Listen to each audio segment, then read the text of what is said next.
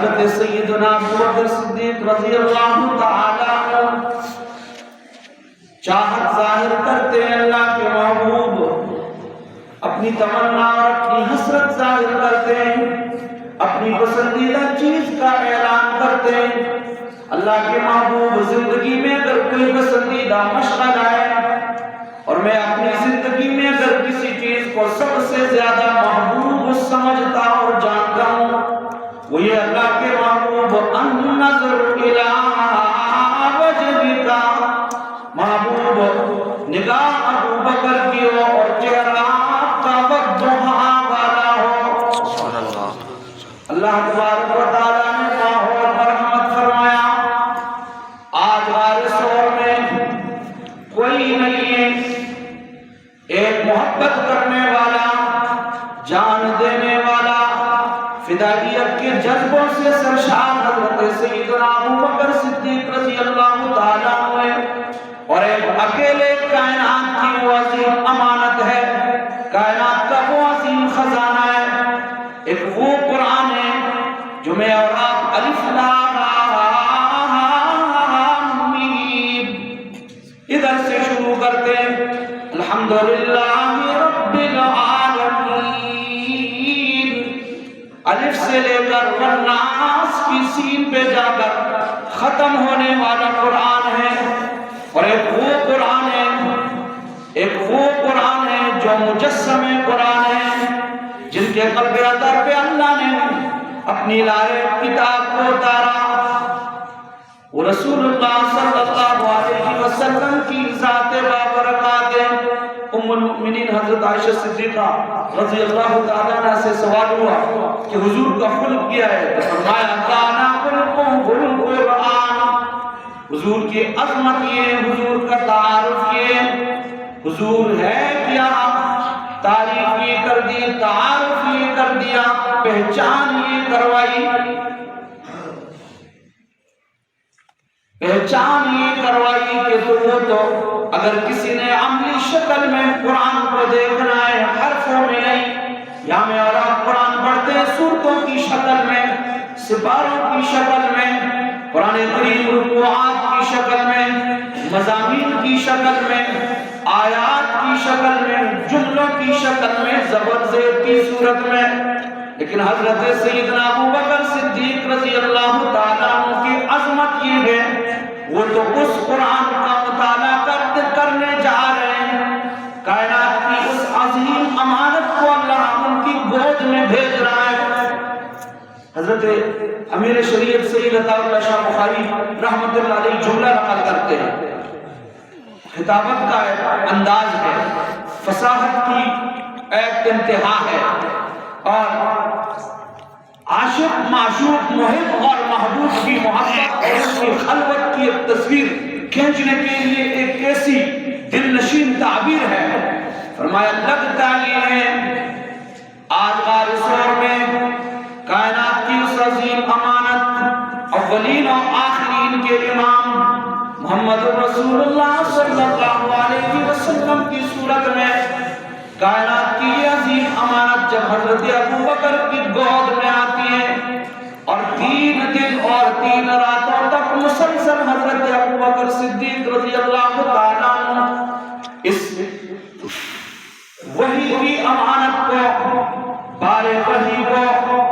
نبی علیہ السلام کی مجسم صورت اور شکل کو، جسد اطہر کو، حضور علیہ السلام کے جسد حضوری کو پاکیزہ خوشبو اور مہک کے منبع اور سرچشمہ کی ذات بابرکات کو اپنی گود میں لے کر بیٹھے، لگتا کیسے، حضرت شاہ صاحب کو جملہ سنانے لگا ہوں، لگتا کیسے ہے، محسوس کیا ہو رہا ہے؟ فرمایا آج تو چشم فلک نے یہ عجیب منظر دیکھا ہوگا، میری اور آپ کی مسجد میں رہے پہ قرآن رکھ کر تلاوت کرتے ہیں، تپائی اور ٹیبل پہ قرآن رکھ کر تلاوت کرتے ہیں، اپنی گود میں اور ہاتھوں میں اٹھا کر قرآن کی تلاوت کرتے ہیں۔ حضرت ابوبکر صدیق رضی اللہ تعالیٰ عنہ کی عظمت یہ ہے، اور اللہ تبارک و تعالیٰ کی تو ان پر نوازش یہ ہے، اور اللہ کے احسان اور اللہ کی طرف سے نوازنے کی انتہا دے کے فرمایا آج بارے سور میں بارے نبوت کو ہو۔ حضرت ابوبکر کی گود میں دیکھ کر چشم فلک نے کیا منظر دیکھا، محسوس کیسے کیا، کیسے لگ رہا ہوگا؟ تعبیر یوں کر دی، فرمایا کہ یوں محسوس ہو رہا ہوگا کہ جیسے قرآن مجید کوئی اٹھا کے رحل پہ رکھ دیتا ہے۔ سبحان اللہ۔ حضرت ابوبکر جو چاہت ہے نا، میری پسندیدہ چیز کیا ہے؟ اور سر حضرت سیدنا فاروق اعظم رضی اللہ تعالیٰ عنہ، حضرت سیدنا ابوبکر صدیق رضی اللہ تعالیٰ عنہ سے ایک اپیل کرتے ہیں، فرمائش کرتے ہیں۔ اللہ کے نبی اپیل کرتے ہیں، فرمائش کرتے ہیں حضرت ابوبکر سے کہ اللہ کے نبی کے یار غار و مزار، ابوبکر میں آپ سے ایک سودا کرنا چاہتا ہوں، میری زندگی بھر کی ساری کمائی، صحابہ کی کمائی، دولت، عہدے، منصب، جائیداد، جاگیر، کوٹھیاں، صحابہ کی کمائی تو وہ ہے جو لمحہ انہوں نے حضور کی خدمت میں گزارا۔ صحابہ کی کمائی یہ ہے، اس وجہ سے کوئی انسان دولت کماتا ہے نا، ہم کہتے ہیں کامیاب ہو گیا، اور صحابہ نے کائنات کی اس عظیم دولت کے خزانوں کو سمیٹا جس کو رسول اللہ صلی اللہ علیہ وسلم کی صحبت کہتے ہیں، اور اس کی کامیابی کا رب العالمین نے پھر کیسے اعلان کیا؟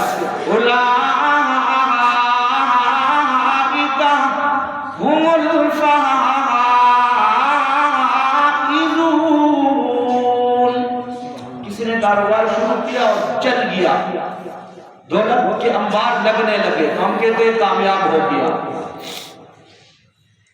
اللہ فرماتے میرے صحابہ نے، میرے محبوب کے جانثاروں نے محبوب پر اپنی جانیں لٹا کر، اپنی دولت لٹا کر، محبوب کی صحبت سے فیضیاب ہو کے، محبوب کی مجلس میں رہ کر، محبوب کی تعلیمات کو عام کرنے کے لیے چاردنگ عالم میں اسلام کا پھریرا اور پرچم لہرا کر کامیابیوں کا تاج اپنے سر کر لیا۔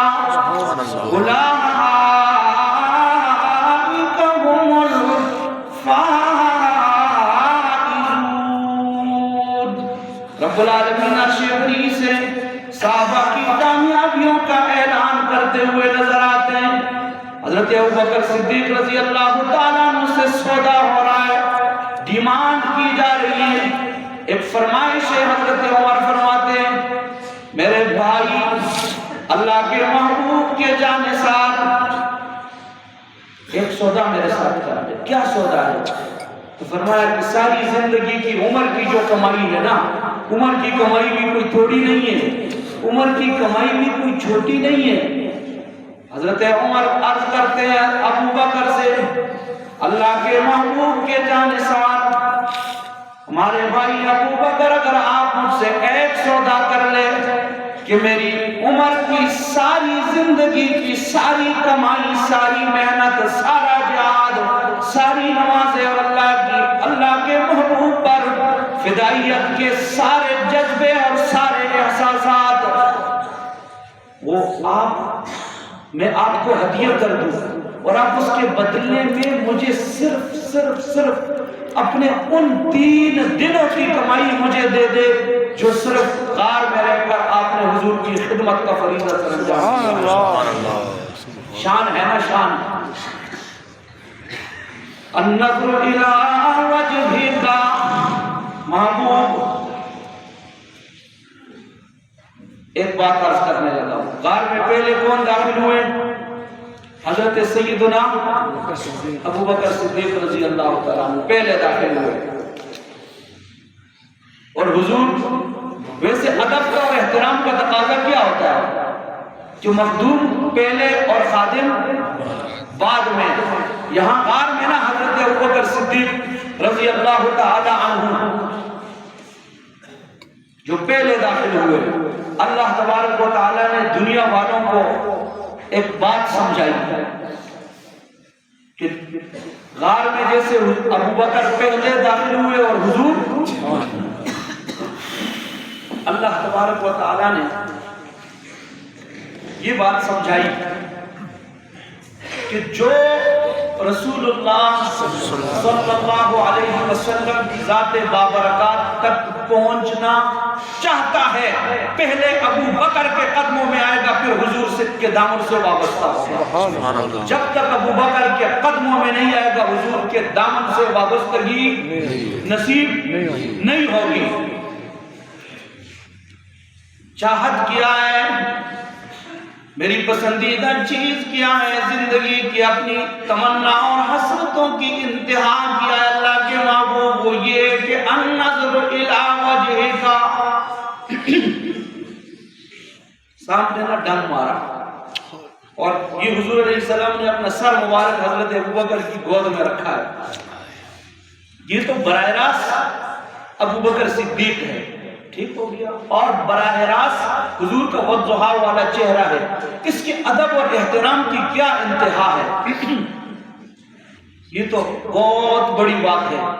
امام مالک رحمۃ اللہ علیہ حدیث کا درس دے رہے اور شاگرد سامنے بیٹھے ہیں، اسی میں دیکھا کہ چہرے کا رنگ متغیر ہو گیا اور تکلیف کی کیفیت شروع ہو گئی، اور برابر حدیث کا درس جاری ہے۔ شاگردوں نے دیکھ لیا، محسوس کیا کہ حضرت کو کوئی سخت تکلیف پہنچی ہے۔ سبق ختم ہوا، معمول کے مطابق ایک شاگرد کو بلایا اور فرمایا امام مالک رحمۃ اللہ علیہ نے کہ یہ میری کمر پہ کوئی کسی چیز نے کوئی دیکھا ہے، کوئی کاٹا ہے، دیکھو کیا ہے۔ تو جب قمیص اٹھا کے دیکھا تو بچو نے ڈنگ مارا ہے، اور امام مالک رحمۃ اللہ علیہ نے حدیث کا درس بند نہیں کیا۔ شاگردوں نے کہا حضرت آپ پہلے بتاتے، اتنی دیر سے آپ کو تکلیف ہے اور ہم دیکھ رہے ہیں۔ حضرت نے فرمایا کہ یہ احادیث کیا ہے، یہ حضور علیہ السلام کے الفاظ ہیں، یہ حضور کے انفاس ہے، اور یہ احادیث کے لفظوں میں حضور علیہ السلام کی سانسوں کی مہک ہے۔ یہ تو ایسے لگتا ہے جیسے احادیث بیان ہو رہی ہو، اس وقت تو یوں محسوس ہو رہا تھا کہ جیسے حضور علیہ السلام براہ راست اپنے سامعین سے مخاطب ہو۔ تو حضرت امام مالک رحمۃ اللہ علیہ نے فرمایا کہ حضور کی احادیث کا درس دیتے ہوئے میں اتنی بے ادبی کیسے کر سکتا کہ میں درس موقوف کرتا اور میں بچو کے ڈنگ اس کے پیچھے پڑ جاتا، یہ میرے لیے ممکن۔ حضرت امام مالک رحمۃ اللہ علیہ کی یہ شان ہے اور ادب کا یہ مقام ہے۔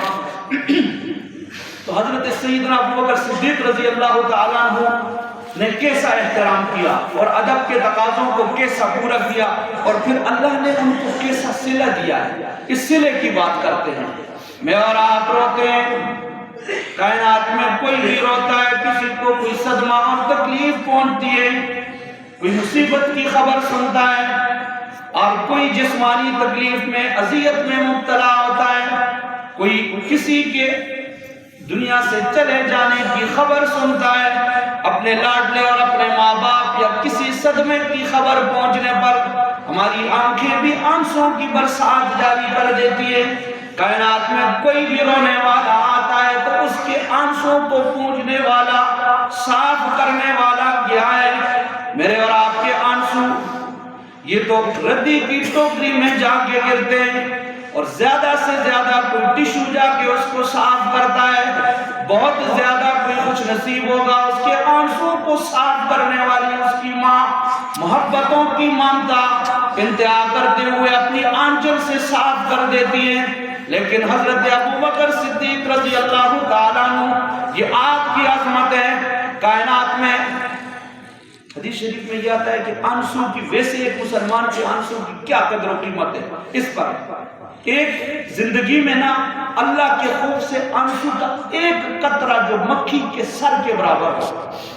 مکھی کے سر کے برابر۔ ویسے تو ادھر جا کے جہنم میں پہنچنے پر اگر کوئی اتنا روئے اور اتنے آنسو بہائے کہ 7 سمندر کے برابر وہ جمع ہو جائے اور کتنے پیمانے پہ وہ آنسو کا پانی جمع ہو جائے، اس سے جہنم کی آگ نہیں بجھتی ہے، کوئی فرق نہیں پڑتا۔ لیکن زندگی میں اللہ کے خوف سے اپنے گناہوں پر ندامت کے ساتھ اتنا آنسو کا ایک قطرہ جو مکھی کے سر کے برابر ہو، اللہ کے محبوب نے فرمایا کہ یہ جہنم کی آگ کو بجھا دیتا ہے۔ سبحان اللہ۔ یہ ایک عام مومن کی آنسو کی قیمتیں جو مکھی کے سر کے برابر آنسو ہے اور یہ جہنم کی آگ کو بجھا دیتا ہے۔ پھر حضرت ابو بکر صدیق کی عظمت کو دیکھیں، صدیق کی تیری عظمتیں، صدیق کی تیری شانیں، صدیق کی تیرا رتبہ ہے اور صدیق کی تیری خوش نصیبیاں کائنات میں، تاریخ انسانیت میں شاید اس کی مثال کوئی نہ ملے۔ ابو بکر صدیق کی تیری عظمتوں کی انتہا ہے کہ آپ کی آنکھوں سے نکلنے والا آنسو جب گرتا ہے تو وہ آنسو سیدھا محمد رسول اللہ کے والضحیٰ والے چہرے پہ جا کے لگتا ہے۔ سبحان اللہ، محبت ہے نا، اللہ دکھاتا ہے افضل البشر بعد الانبیاء،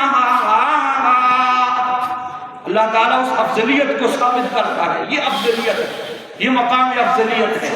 حضرت ابوبکر کے آنسوں کی یہ قدر و قیمت ہے۔ اللہ کے لیے جو کچھ دیتے ہیں اس ہر چیز کی قدر، ہمارے حضرت مثال ایک بیان میں حضرت نے ایک واقعہ سنا ہے، فرماتے ہیں کہ ایک مرتبہ خیر المدارس ہم پڑھتے تھے تو طلبہ کرام کو کسی نے بتایا کہ جس کے پاس اسٹوڈنٹ کارڈ ہو تو وہ ٹرین میں سفر کرے تو کرایہ آدھا ہوتا ہے،